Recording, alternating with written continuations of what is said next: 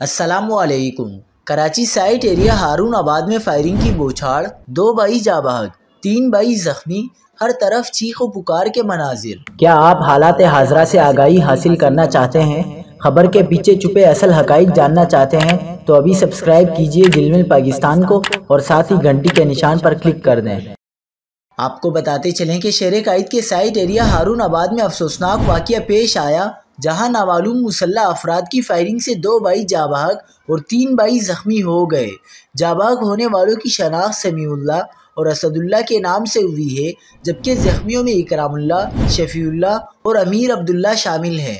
زخمی شفیع اللہ کے بیان کے مطابق 4 سے 5 مسلح افراد گھر میں گھس آئے اور ان کے بھائیوں کو نشانہ بنایا۔